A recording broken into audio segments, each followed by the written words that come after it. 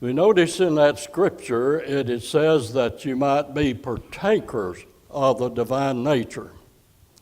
There's a number of aspects of that that we could address. But I want to, this morning, refer to God's family, us here who have been born again into His kingdom. There are many descriptive words that has to do with this partaking of the divine nature.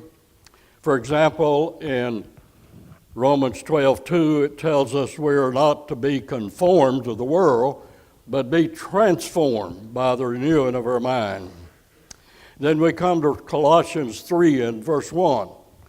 If you be risen with Christ, seek those things which are above, where Jesus is sitting on the right hand of God.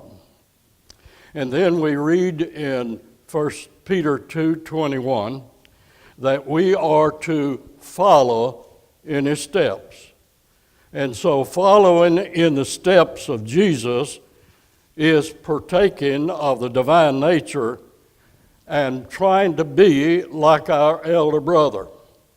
The church that Jesus established, that He purchased with His own blood, was for the family. He purchased the church with His own blood, Acts 20 and verse 28. The church is made up of the saved.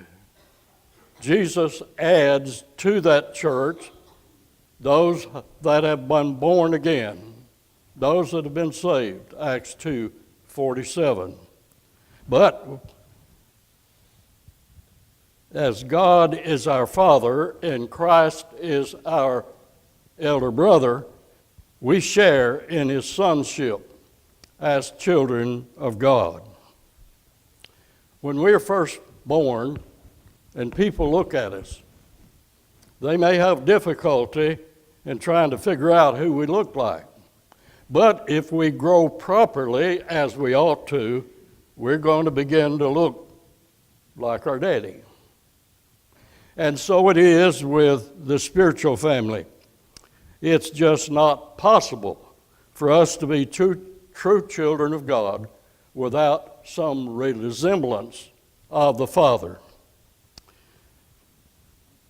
In Romans chapter 8 and verse 29 makes a profound statement where it says, for whom He foreknew, He predestined to be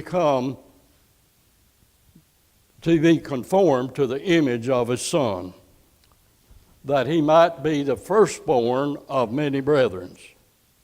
Now think of this. Jesus was divine. He's always existed. He's part of the Godhead.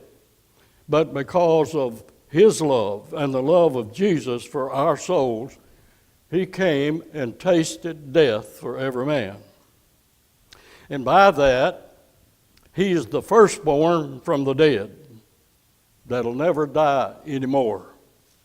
And so we are to be the firstborn along with many other brethren throughout the whole world. And so this verse has been incorrectly used by some denominational groups to say that God has selected or determined or predestined certain people to be saved and others to be lost. But look closely at what the Word says. He is determined that all His brethren must be conformed into the image of His older brother. Now think about the honor of being part of God's family. I think in time we have a danger of becoming complacent and taking this for granted. In England, for example, there is a very special family. It's the heir to the throne. And that heir is the most precious and important birth in all of England. In the whole world, there's a family. And membership in it is exclusive because Jesus prophesied in Matthew 7:14 that few will find it. And so as children of God, those who have learned the gospel and obeyed it have been honored above all other human beings in belonging to that family. And so as members of the family of God, and it's referred to in Scripture as the church of God, the church of the firstborn, it is also referred to as the churches of Christ. Romans 16:16, the churches of Christ salute you. And so we have the honor of representing the family of God in the whole world. Every Christian has the responsibility. In your neighborhood, on the job, wherever you are, you have the responsibility to demonstrate what Christ's life would be like as you have Christ living in you and you are striving to be partakers of his divine nature. In Proverbs chapter 22 and 21, it shows the particular importance of the name, where he says a good name is rather to be chosen than great riches. You think about the name of God. Think of the perfection, the goodness, the purity it has represented from eternity. Never through an act of God has there been one blemish against his name. And think of the tremendous thing he did, taking the spotless name of God and allowing us to wear it as sinners, but new creatures, born as his children, to wear it as though it was inherently our right. How grateful we should be for this honor, and how jealously we should guard the purity of the name Christian, and being unwilling for our actions to bring one blot of shame upon it. And speaking with the family, we have the family authority. We live in this world because we have work to do. We are responsible for bringing the good news of salvation to the whole world.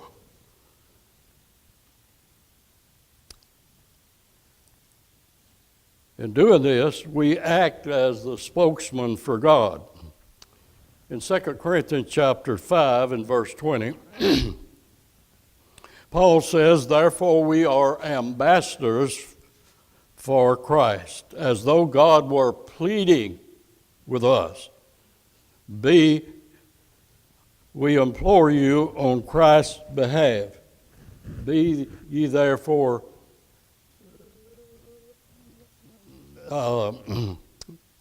reconciled to God." Thank you.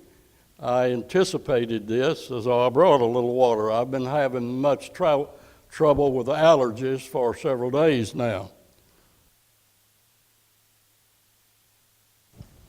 I had hoped the medication I've been taking for it would allow my voice to continue, and with the Lord's help, I will.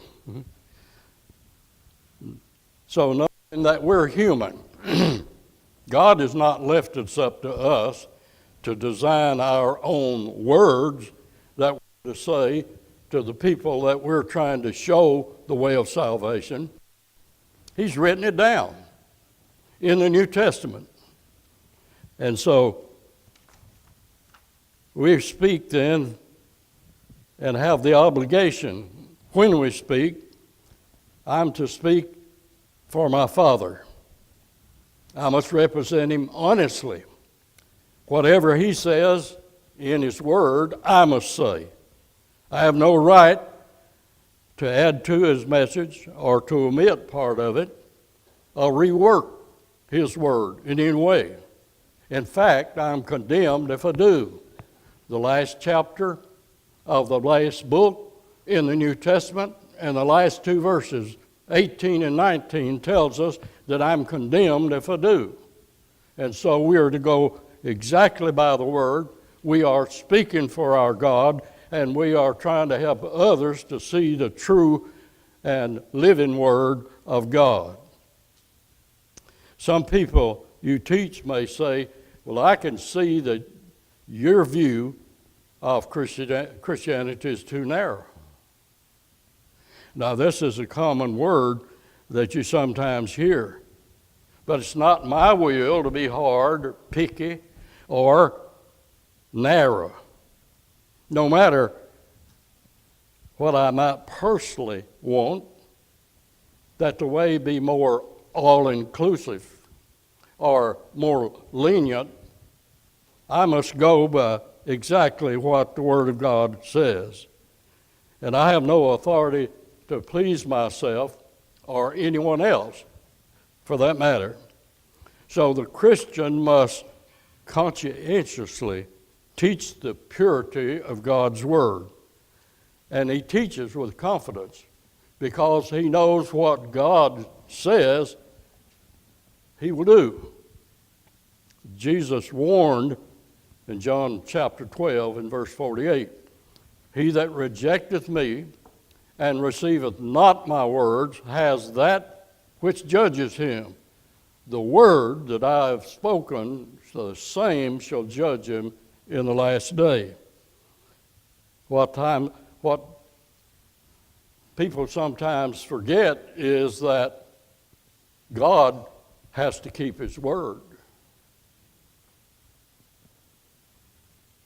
Titus tells us that God has made a promise, and God cannot lie. There are some things that God cannot do. God cannot do wrong. He's not the author of wrong. He's the author of mercy, of love, and salvation that he has freely offered through his Son. In fact, the Bible tells us that in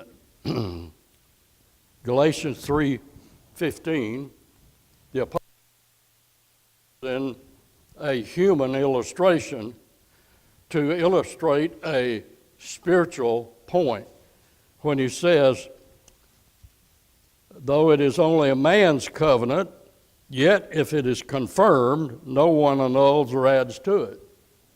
So we must teach our Father's word just as it is written. And Jesus, of course, sealed his word. He sealed the New Testament by his death. Hebrews 9 and verse 16. But in the family of God, there is unity. God desire for the family is that there be perfect unity. Jesus' memorial prayer for his disciples before his death says, neither pray I for these alone, but they that believe on them through their work, that they may be all one, as thou, Father, art in me, and I in thee, that the world may believe that thou hast sent me. John 17 and verse 20. And so love is what brings about that unity. Love for God, love for his word, and love for each other will bring about unity. In other religions, there's a recognition of the belief that brings oneness together. But the unique thing about the religion of Christ is the similarity of the earthly family with the spiritual family, and the love that binds the family together. God's approach to us, to all mankind, is one of love. So as we become like Him, we learn the attitude of love. In fact, Jesus said just shortly before His death, "A new commandment I give unto you, that you love one another.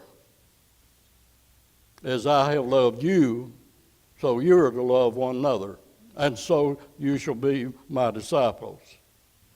John chapter 13, 34 and 35.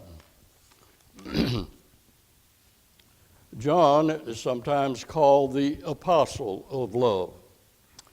And in 1 John chapter 4, if you read that, it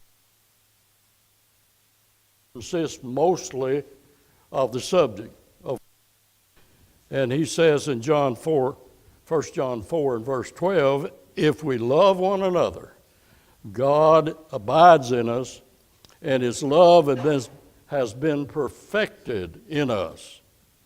And he continues the verses following till he comes down to verse 20, and then he says, "If someone says, 'I love God,' but hates his brother, he's a liar, and his word is not in him." The great part of love is an attitude of tolerance and forgiveness toward each other.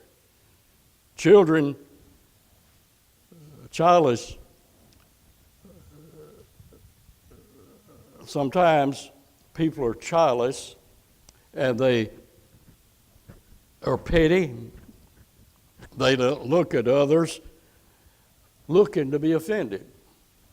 And they are always being hurt, being slighted or wrong.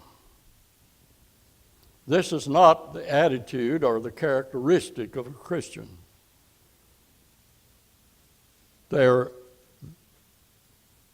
The attitude of the Christian is pointed out in Ephesians 4 and verse 32, which says, "And be kind one to another, tender-hearted, forgiving one another, just as God in Christ forgave you." Christians approach each other expecting to love, and also expecting to be loved in return. They believe the best of each other, and they're reluctant to reach any conclusion of anything that's said that would be condemnatory of each other. We're also one in purpose and belief. There's one gospel. All over the world, God's family worships according to the one pattern each Lord's Day. And I've often thought how happy God must be when people begin to worship in the East early on a Sunday morning. And as the world turns and come westward, there's a flow of continual worship of God. Isn't that great? Isn't that great that God has a family that love Him and want to worship and are going to be there? Any Christian, any speaker could be lifted up from any congregation and placed in another congregation, and they'd never feel a stranger.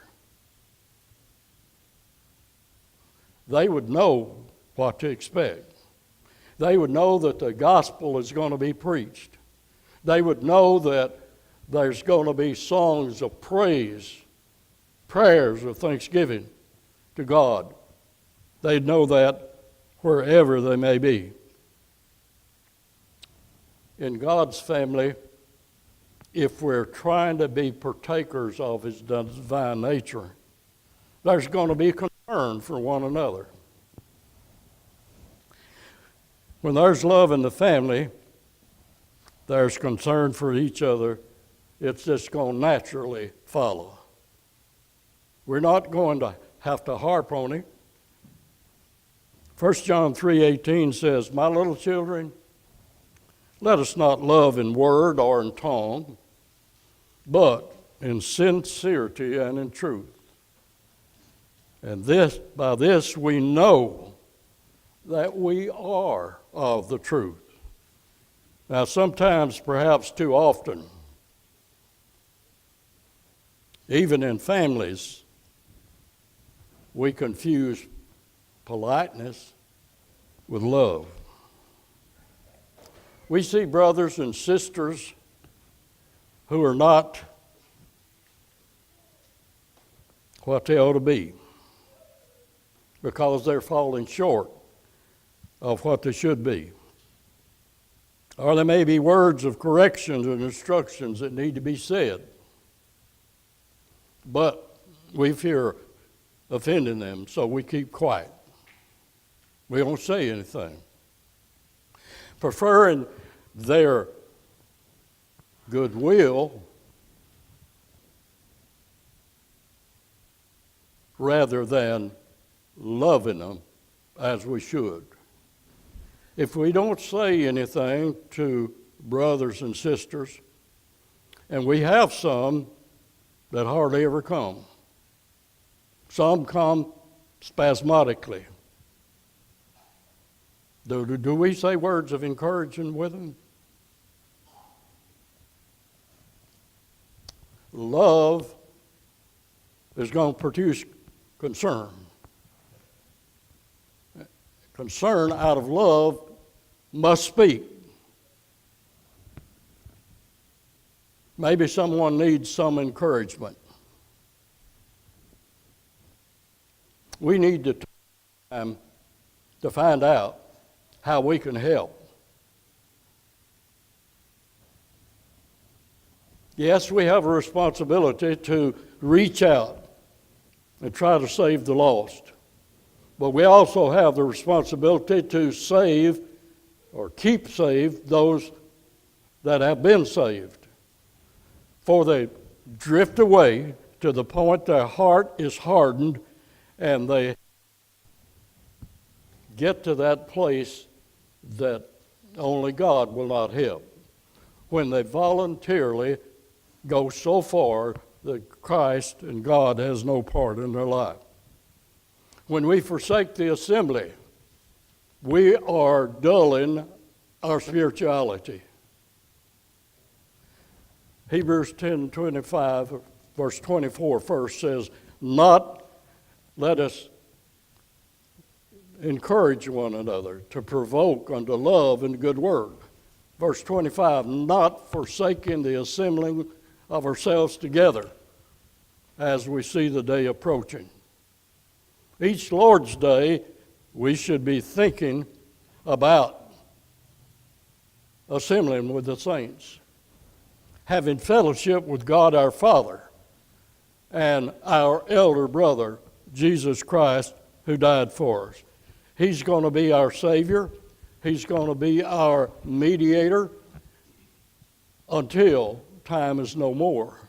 Then he's going to return the kingdom back to God, and he's going to reign with us as the elder brother. We must be careful and earnest about being like our own brother. Now, God's plan for the family is perfect in its goal of love, concern, and unity. But the family is made up of humans. And humans have imperfections, besides the imperfections that characterize even our mature Christians.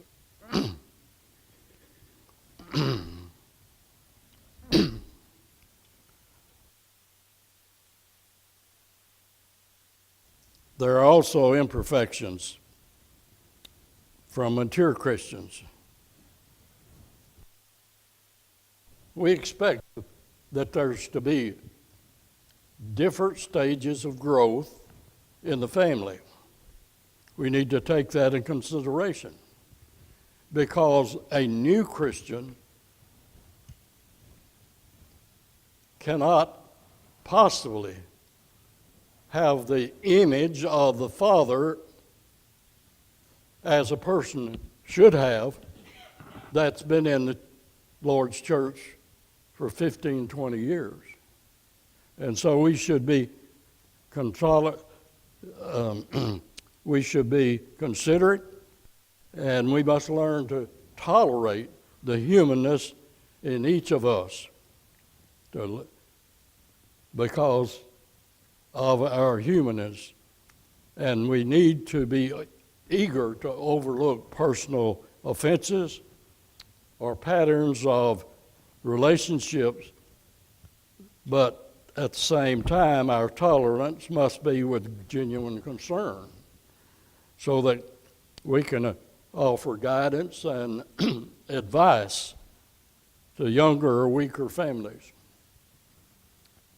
Romans 13:1 says that we the strong should bear the infirmities of the weak.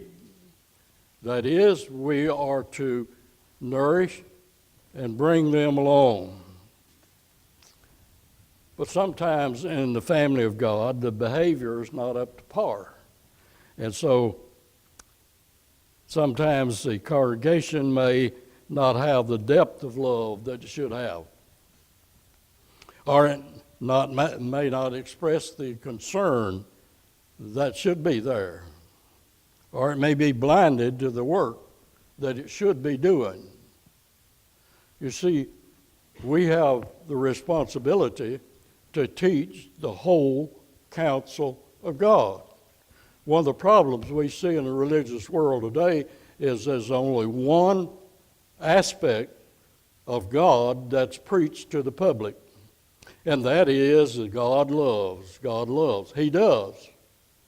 But He demands obedience also. And it's for that reason the majority of people think they're going to heaven, because God loved them. Regardless of their conduct, God loves me. But that's not how it works. In a situation like this, a church may be right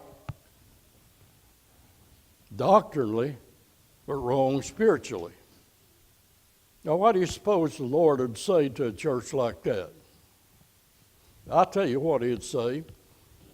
He'd say the same thing that He said to the church of Ephesus in Revelation chapter 2, verses 45, and Revelations 2 and 4, verse 4 and verse 5. You have left your first love. Remember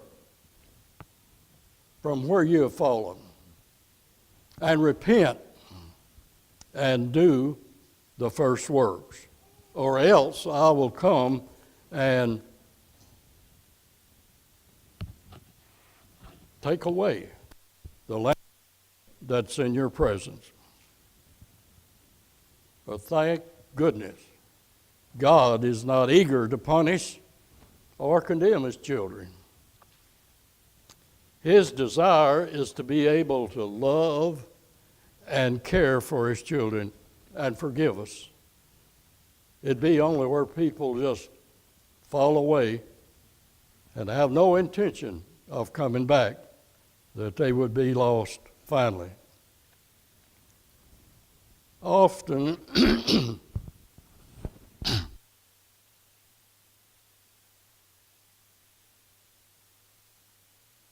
Christians doubt God. They don't necessarily doubt His existence or His love for the world, but they doubt their own importance to Him. And they doubt whether God would really work in response to their prayers. Sometimes, too, Christians fear the judgment They realize that they are imperfect, and they feel guilty for their sins,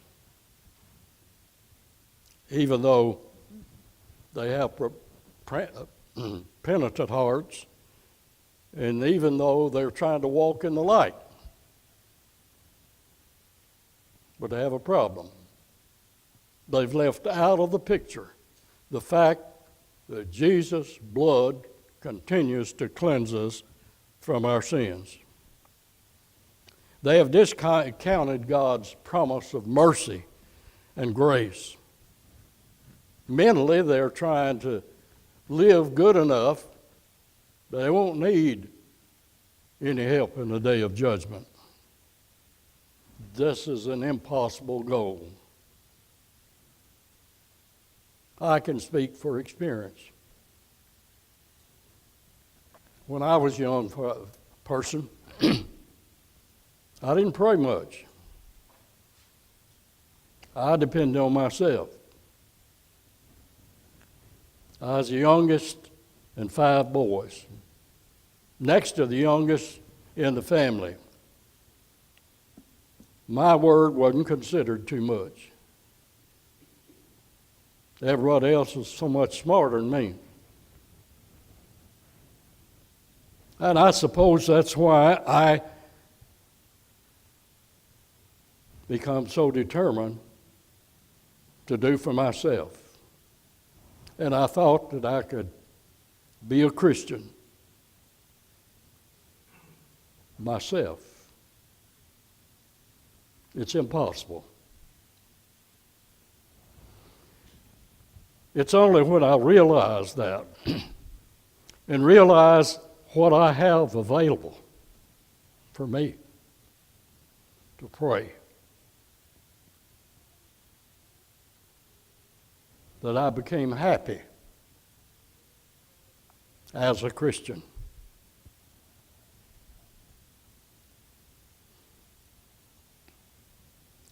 God knows our tendency to judge ourselves and to be afraid. So he reassures us with these words in Romans chapter 8, 31 through 35. He says, "What then shall we say to these things? If God be with us, who can be against us? He who did not spare his own son, but delivered him up for us all, how shall he not with him give us all things? Who shall bring a charge against God's elect?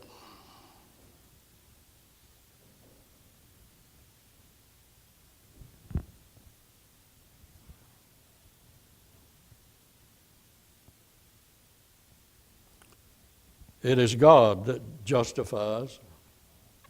Who is he who condemns? It is Christ who died and furthermore is risen, who is even at the right hand of God, who also makes intercession for us. Who shall separate us from the love of God? God has already given us the most priceless gift, his Son. Anything else that we would ask would be as nothing as far as he's concerned in comparison to what he's already given. So can we doubt that he will freely give us all things with Christ? God reasons further in this judgment scene in which we're on trial. It's appointed unto man once to die, and after this the judgment. Get that in your mind. You're going to stand before the judgment, but you're going to stand before a judge God who loved you, just God who loved you.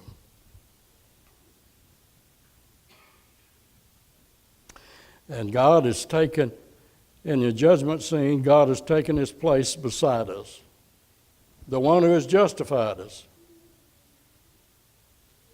And Christ, who paid the price for us, is there beside us too. As the one who paid the purchase price for our souls, and also as the lawyer who speaks for us. The Hebrew writer tells us he is our advocate and mediator. Christ is like a lawyer in court that speaks for us. He's our mediator, and he intercedes to God in our behalf. So God asked the question in these verses. With such a lineup, who would dare to speak up and make a charge against God's elect? Who would dare to reach that kind of verdict and sentence God's child to condemnation?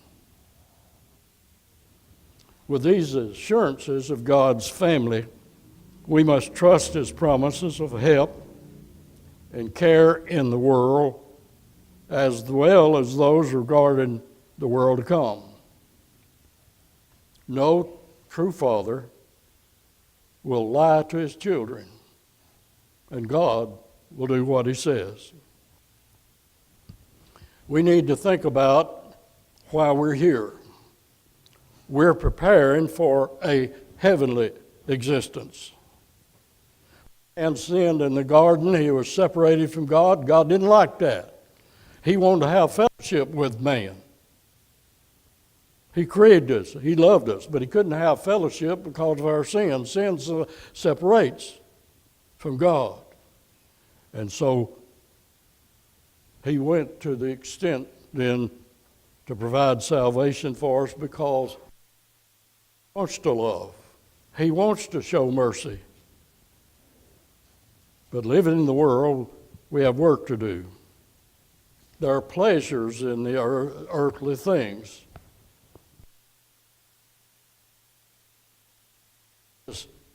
Special family relationships and individual relationships and fellowship.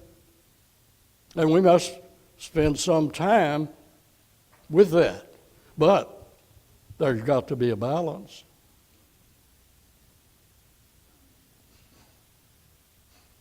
If a Christian wants to spend all of his spare time watching television or attending games, if his foremost interest is beautiful clothes and personal appearance, if his choice in reading material is always things of an entertaining nature, if he enjoys food to the point of gluttony, well, obviously his life is not balanced spiritually. It would be hypocritical if, while claiming to be a Christian, he has pleasure taking part in the sinful things of the world. By looking within our own hearts and answering honestly, we can judge whether or not we're preparing ourselves to live in that heavenly world. If our pleasure now is in this world, would we be happy up there eternally? And growing and being partaker of God's nature, we must learn family interest. For example, do I look forward to worship? Do I look for ways to be involved in spiritual work during the week? Do I have a desire to teach others? To teach a class? To teach my children at home?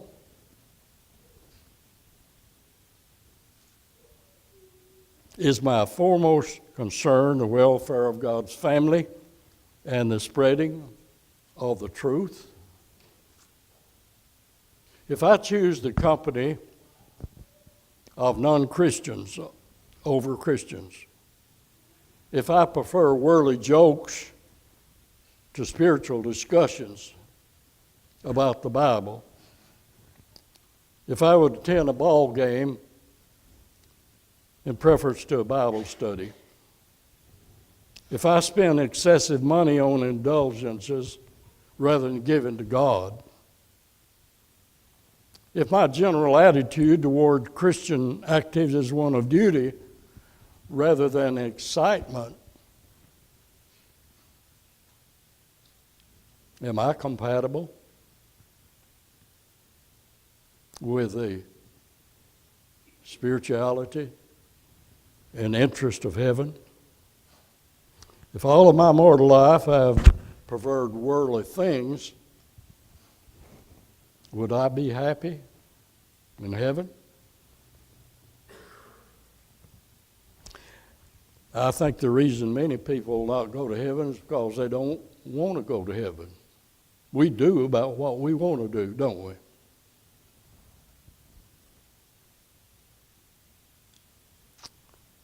This being partakers of God's divine nature is not a superficial thing.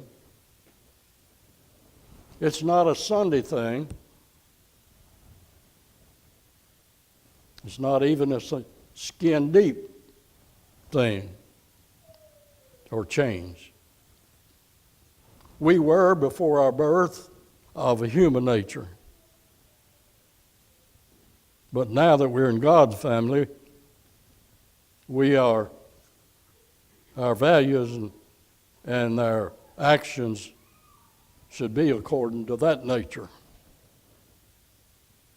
With our birth, we've taken on a new nature, the nature of our Father. This is not human, but divine. True, at first we're babes, and we don't conduct ourselves as we should.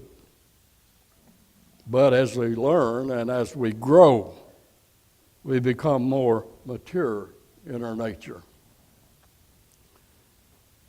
2 Peter 1:4, verse 4 says that you may be partakers of the divine nature, having escaped the corruption in the world through lust. The beautiful thing about learning to partake of God's nature is that we are protected from many of the dangers and the pitfalls of this world. And there are many. We escape corruption by avoiding the lust that's prevalent around us. And it doesn't appear to be getting any better. I have faults and weaknesses still. But the real sinful things of the world has no attraction to me. Why?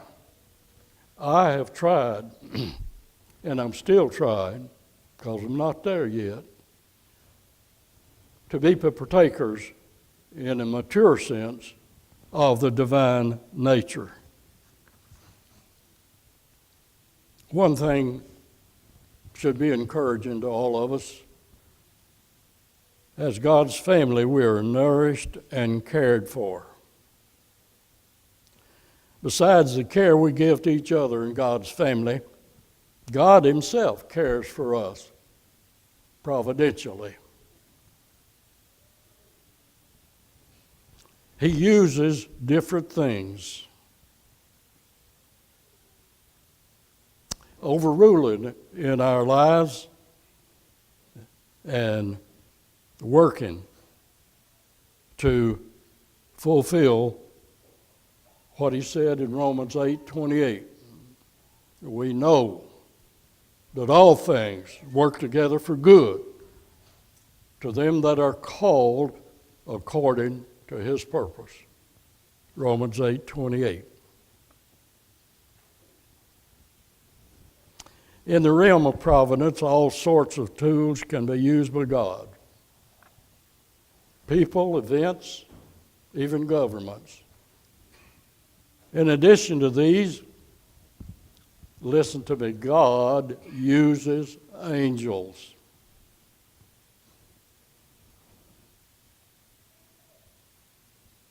Hebrews chapter 1 and verse 14.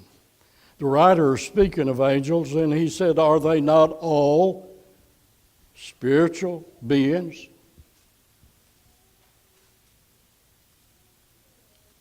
Ministering to those who are heirs of salvation. That's what we are. We're heirs of salvation. We're joint heirs with Christ. And in conclusion, so we're in God's family. We're in a position of love and security. We're in a place of fellowship and love, and where others care for us and we care for them.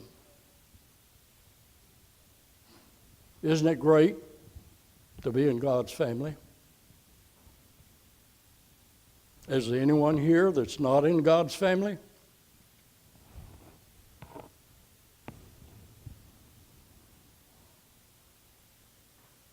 Are you happy in God's family?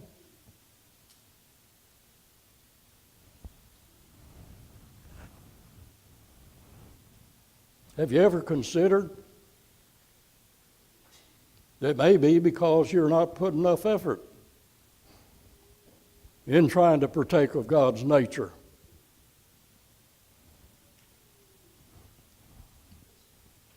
God intended for us to rejoice in the Lord. As we read in Philippians, rejoice in the Lord always. I say again, rejoice. He wants us to have the peace that passes all understanding through Christ Jesus our Lord. If things are not right with you and your God, and you're not at peace and happiness in God, I want to say this with all love that I know how to express. You need to repent. I want to say this. There's a lot of people here that love and want to go to heaven. And they'd be happy to pray for you today and tomorrow and the next day and on. And the Bible tells us that the fervent, effectual prayer of a righteous man avails much. We need to think more of these things. Let me say one other thing. My allergies has caused this to be a little longer than it should. And I didn't get up here until 15 minutes to 11. And so I didn't run that much over. But let's all be happy and sing, as the verse said, and those that need to, come, while together we stand and sing.